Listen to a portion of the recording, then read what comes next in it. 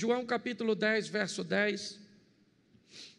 O tema da minha mensagem hoje, ela vai falar de estações.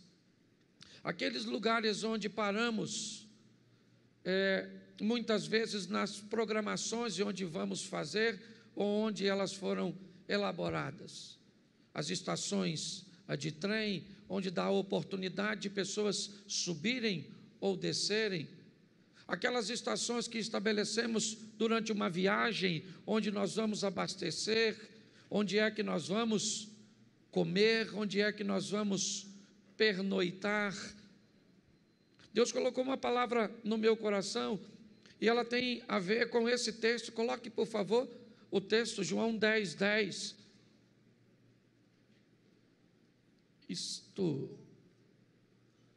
O ladrão não vem senão a roubar, a matar e a destruir. Eu vim para que tenham e a tenham com... Feche seus olhos. Senhor nosso Deus e Pai, em nome de Jesus, continua falando conosco. Usa-me, ó Deus, como um canal de bênção, pelo poder do nome de Jesus. Amém. Glória a Deus. Desde o início do ano, nós trouxemos para a igreja uma proposta de recomeço, de retomada, de realinhamento, de fazer com que a igreja retomasse aquilo que perdeu, realinhasse seu comportamento, revisse seus conceitos, rompesse com algum de seus paradigmas. Ou seja, no texto em que lemos, dito por Jesus, ele diz: o meu adversário é um ladrão, sua função é tríplice: roubar, matar e destruir.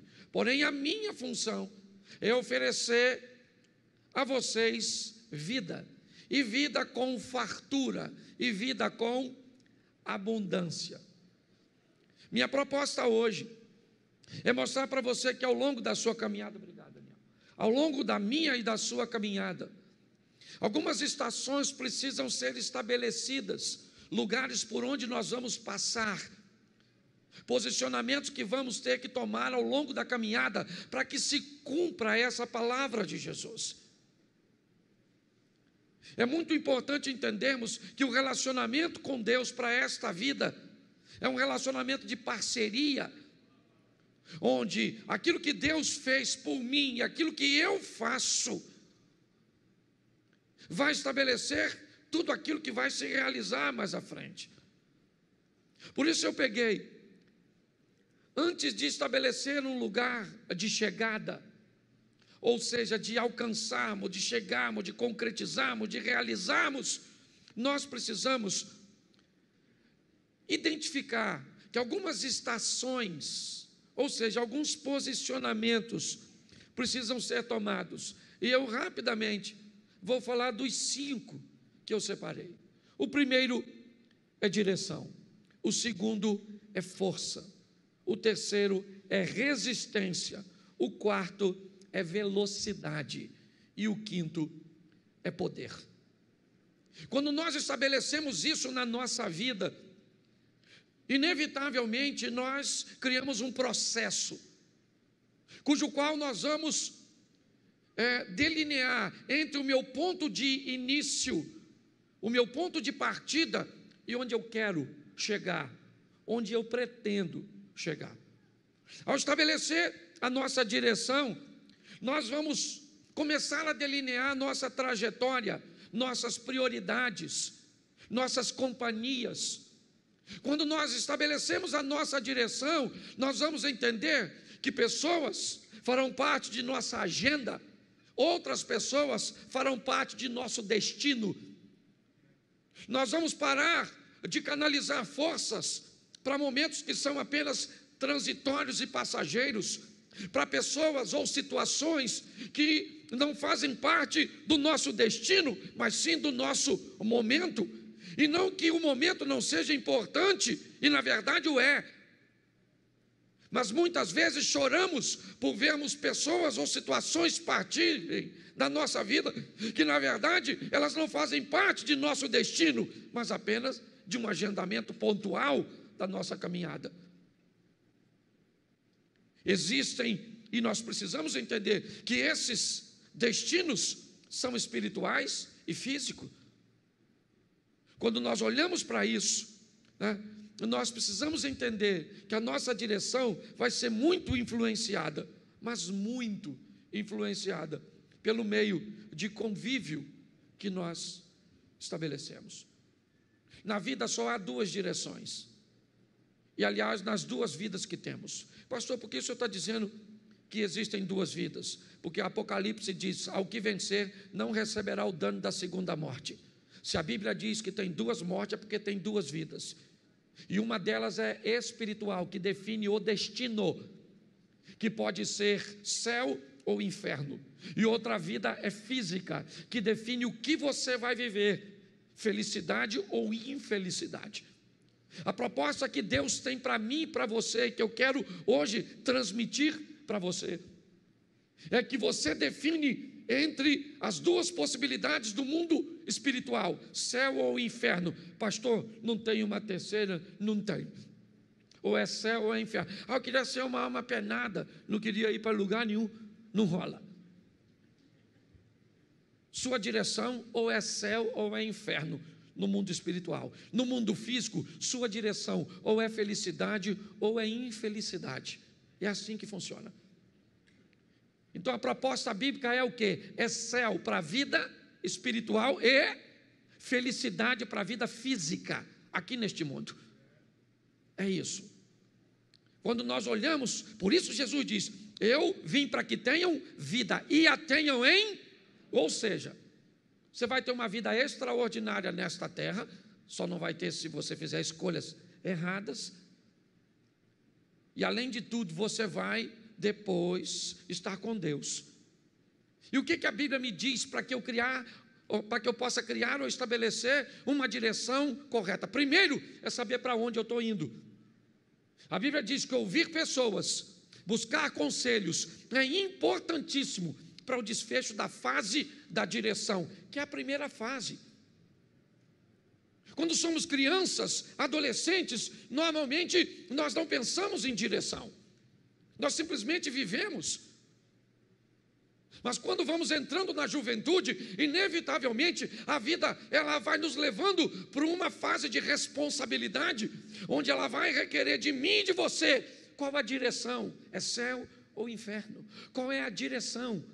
Lembra por que não batizamos crianças? Porque elas ainda não têm a escolha da direção.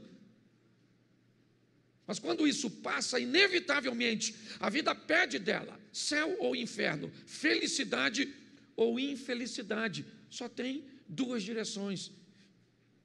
Você não tem como caminhar para céu e inferno simultaneamente, porque não se pode servir a dois senhores ao mesmo tempo. E você não consegue ser feliz ou infeliz simultaneamente.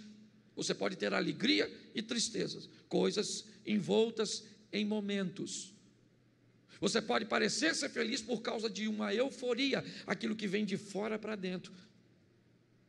Mas o que a Bíblia está dizendo é que eu posso encontrar isso na fase dos aconselhamentos, certo? Porque quem não sabe sua direção corre dois riscos. O primeiro, de não ir a lugar nenhum, e o segundo, de andar em círculos. Tem gente que a vida gira, certo? Simplesmente não avança. Você encontra alguém hoje e você encontra ele daqui a 10 anos e ele está no mesmo lugar. E ele tem movimento, ele só não tem ascensão, ele só não tem crescimento, ele só não tem avanço. E não é disso que eu estou falando.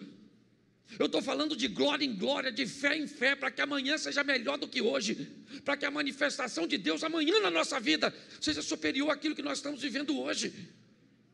Quem não tem direção, você pergunta para ele onde ele se vê daqui a 5 anos, ele não sabe. Esse dia eu estava mostrando o terreno da igreja para alguém, e alguém me perguntou: pastor, onde o senhor se vê daqui a 5 anos? Eu falei: dentro da igreja aqui, pregando para 2.500, 2.800 pessoas. Quem não tem direção, não tem perspectiva de futuro.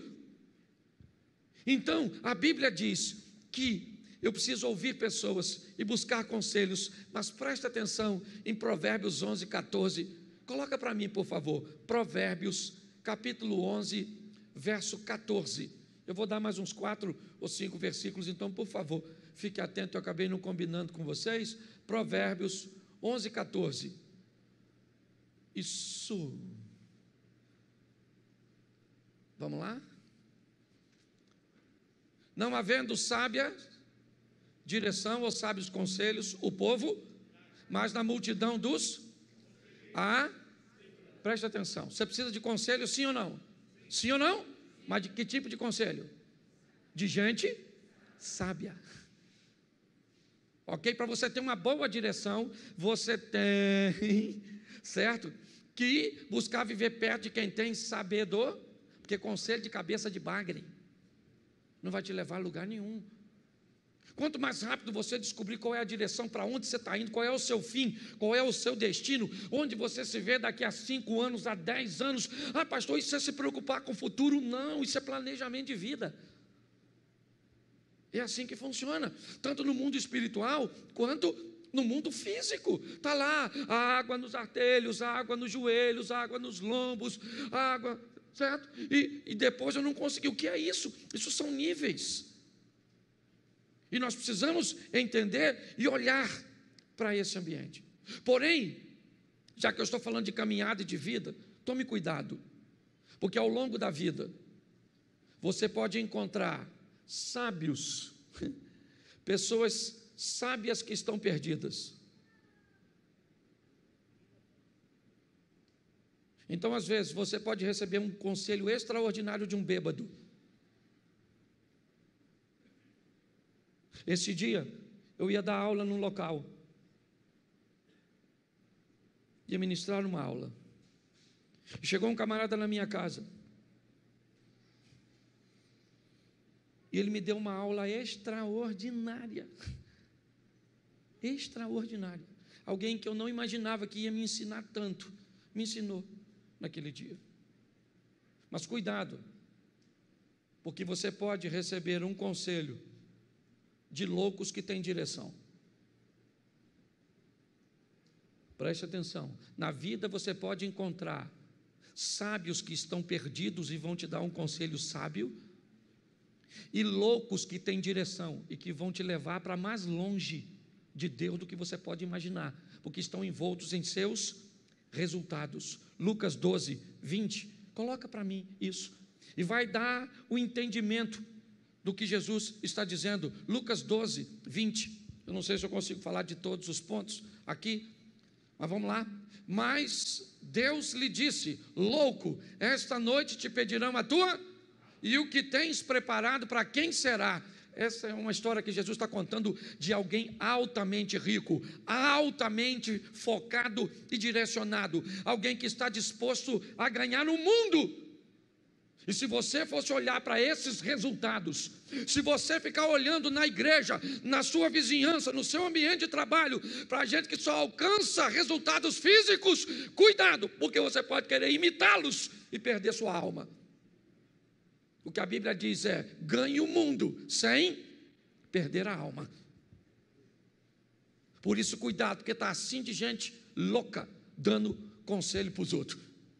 E ele tem o resultado dele para mostrar para muitos. Por isso, defina o mais rápido possível qual será seu destino. Pastor, o meu destino é o céu. E tu anda com quem vai para o inferno? Defina seu destino e quem são seus companheiros de viagem. Que tipo de destino você traçou para você aqui nessa terra?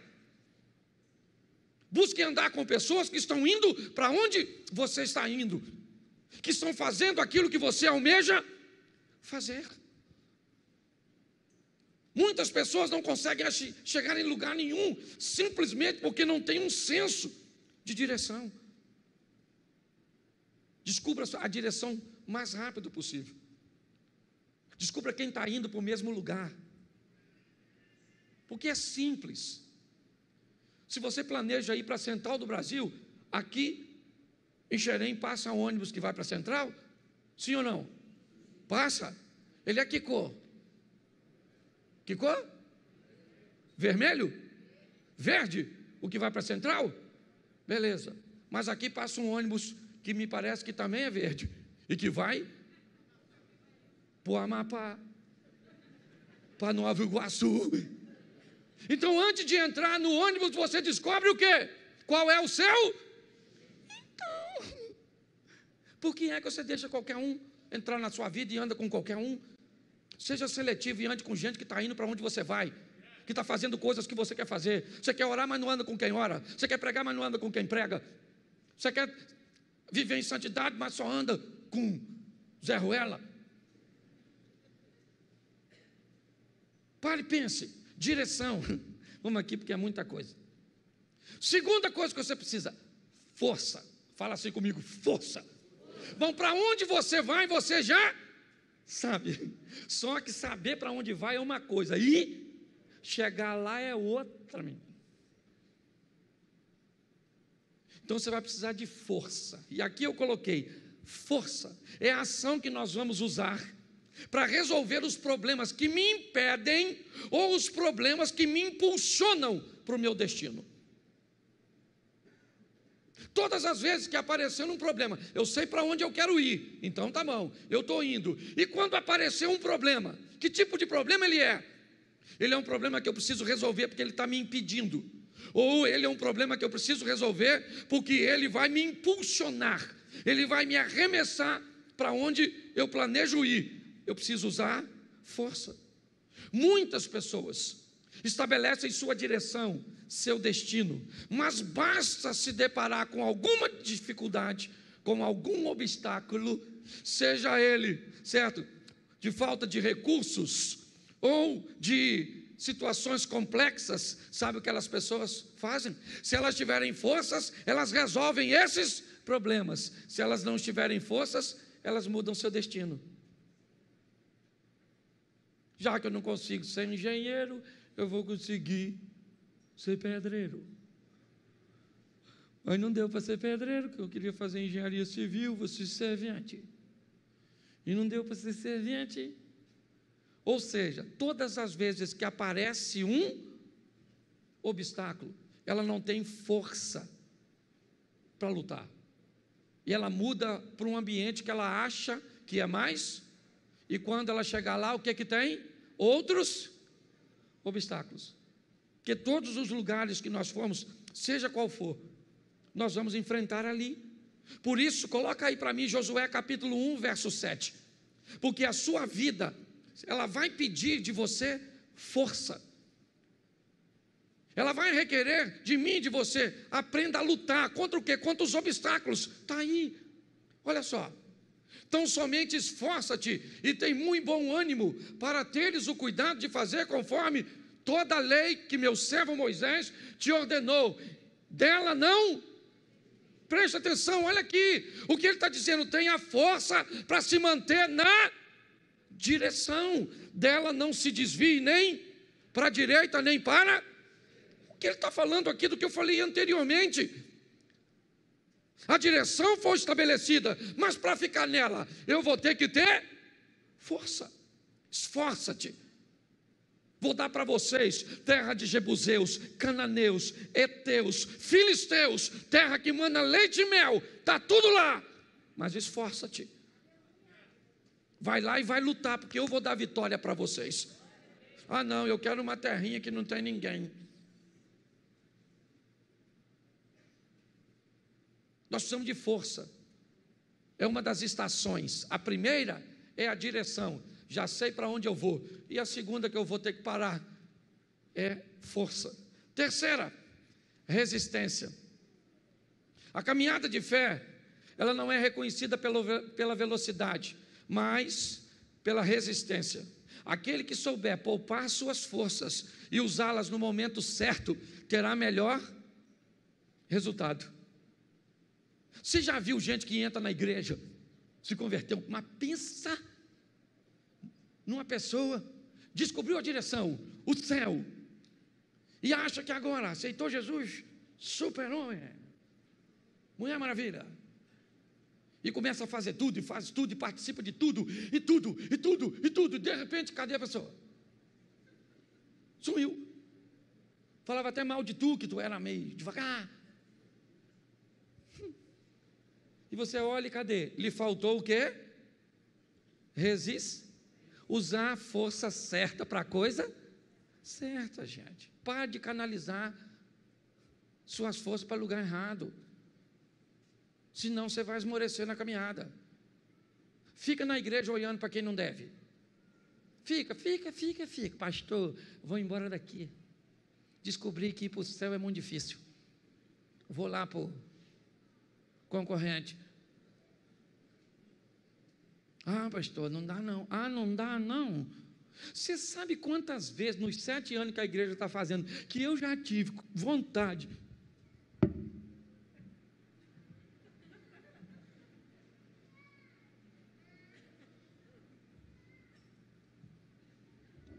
Um montão. Tem gente que bate nas minhas costas ali, pastorzão. E por trás.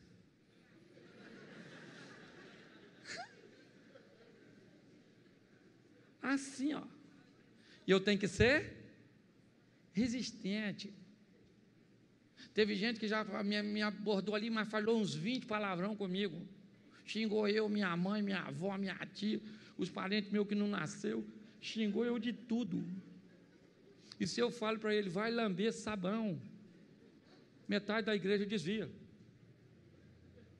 Porque eu não posso falar. Então eu tenho que ser resistente.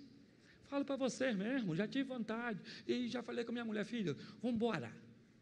Nós podemos morar em qualquer lugar desse mundo hoje, louvado seja o Eterno. Nossos filhos já estão criados aí, certo? Vamos embora, eu e você, no mundo afora. Balão mágico, uma coisa desse tipo. Mas aí eu paro para pensar, Cláudio, lembra quando minha cadela morreu? Lembra, Lolô morreu? Lolô morreu, veio a óbito, perdemos Lolô. E aí então, eu falei, nossa, sofri tanto por causa de Lolô, que eu falei, não quero mais cachorra, chega, nunca mais. E o Espírito Santo falou ao meu coração, está machucadinho, não quer mais não, só por causa de uma decepção ruim, ou por uma situação ruim. Meu irmão, resistência, use a força certa. Você tem um pedaço de pau em casa, certo? E você tem um chinelo, se parece uma barata, você pega o quê? O quê? Mas o pedaço de pau é mais forte. Por que você bate o chinelo? Porque o problema é pequeno, então você resolve o chinelo, certo? Tem gente que não resolve, sai de casa. O que tem lá? Um monstro. Nossa, quem é? Uma barata. Sangue de Jesus tem poder. Mas se aparecer uma cobra na sua casa, você pega o chinelo? Você pega o quê? Porque você tem que usar a força certa para resolver a coisa certa. Para de potencializar a coisa pequena. Senão você vai jogar a sua resistência no lixo. Tem que ser resistente. Efésios 6,13. Coloca aí. Já estou quase terminando. Pensei que já estava aqui. Efésios 6,13. Preste atenção. Glória a Deus, Efésios capítulo 6, verso 13. Portanto, agora não estava lendo aquilo mesmo não, irmão. Portanto, tomai toda a armadura de Deus para que... Isso é uma mensagem fragmentada. Para que possais resistir no dia? Para que possais, não, volta lá no resistir, porque eu estou falando de resistência. Para que possais, isso aí, meu filho, lembra o que está acontecendo nesse capítulo de Efésios? Está falando da armadura para você estar protegido, é capacete na cabeça, é couraça, é escudo, é sandália no pé, para quê? Para que você seja resiste, porque cada dia traz consigo o seu mal. Você quer chegar, querido, no final? Seja resiste, porque está assim de gente falando pelo caminho. Sim ou não? É gente divorciando. Você já teve vontade de divorciar? Não fala não, você que é casado. Provavelmente você já teve vontade de matar seu cônjuge dormindo. Certo? Mas você foi resiste. Sim ou não? Isso, vamos lá, vamos adiantar aqui. Quarto, então primeiro vamos voltar lá no início. Você tem que ter direção, depois você tem que ter força, depois você tem que ter...